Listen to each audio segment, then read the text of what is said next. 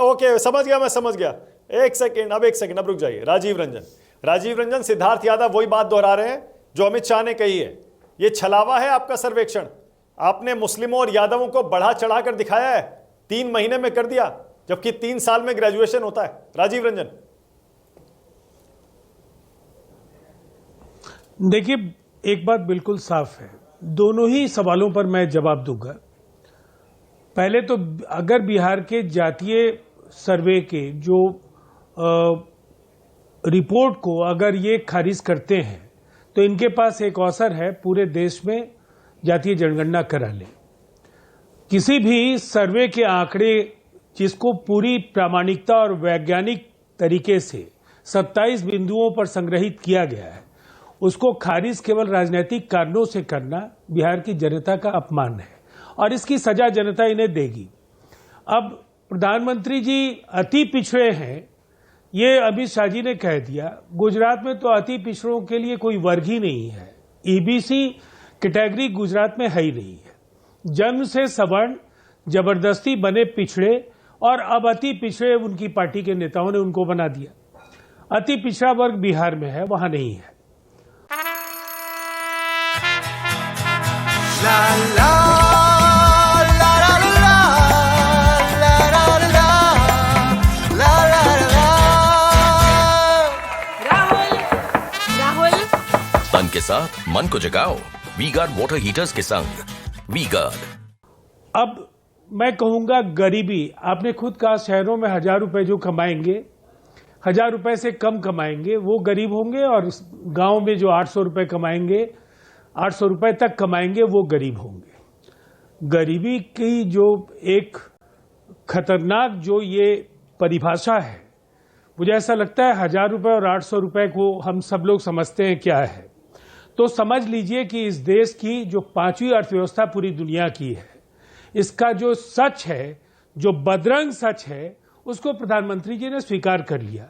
अभय जी ने सही कहा, 102 जो खरबपति थे वो 166 हो गए। लोगों की नौकरियां जा रही थी, लोगों के पास रोजगार नहीं थे, हजारों लाखों लोगों का विस्थापन हो रहा था, और उस समय गौतम अडानी जी की संपत्ति में 46% का इजाफा हो रहा था। अब ये जो संपत्ति का असमान वितरण है, जिसका जो ये मैं कहूंगा जिसकी वजह से इस गरीबी को लेकर के प्रधानमंत्री जी ने एक बड़ा वर्ग बनाने की कोशिश की, उनके वोट बैंक का एक जो ये 80 करोड़ लोग हैं उस पर उनकी नजर है लाभार्थी के तौर पर। दूसरी तरफ वो 10% लोग जिन्होंने इस अर्थव्यवस्था का भरपूर लाभ लिया है, वो उनके खजाने के साथ साथ वो पूरी ताकत के साथ वो खड़े हैं। वो नरेंद्र मोदी जी और उनकी पार्टी, उनकी सरकार के नीतियों को बेहतर बनाने के लिए, अपने हित में बेहतर बनाने के लिए वो सब तरह का सहयोग करेंगे। अब है क्या, 1% धन कुबेरों के पास इस देश की 40.5% संपत्ति उनके पास केंद्रित है।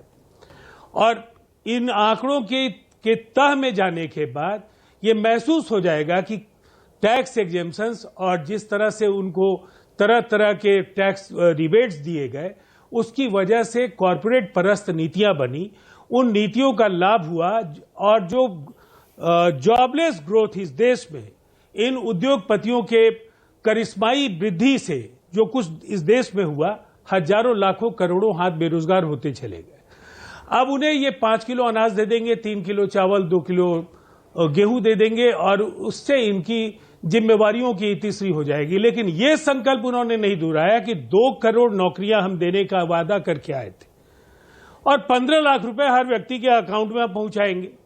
अब ये बैकलॉग तो हो गया 19 करोड़ नौकरियों का बैकलॉग है, उस पर प्रधानमंत्री जी का तो पूरा अकाउंट का जो बैलेंस है वो 0 है।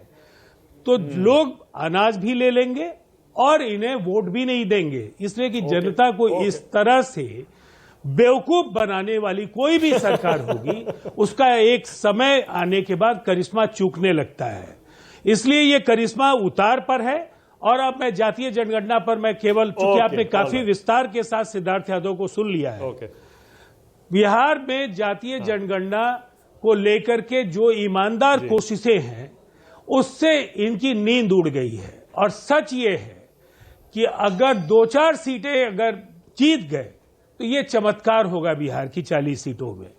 पूरे देश में बिहार के जातीय गणना या जातीय सर्वे के जो आंकड़े हैं, उसके बाद जिस तरह की मांग उठी है, भारतीय जनता पार्टी तकनीकी परेशानियों का जिक्र करती है, लेकिन अगर कोई सरकार ईमानदारी के साथ तय कर ले तो 2014 में आप सत्ता में आए, कांग्रेस ने नहीं किया, ठीक है, मान लिया, राहुल गांधी जी ने स्वीकार कर लिया, आपके पास अवसर था, आप कर देते।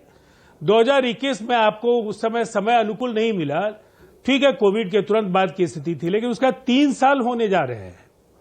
आप चाहते तो उस समय भी जातीय जनगणना करा सकते थे, लेकिन आपने जनगणना को ही टाल दिया।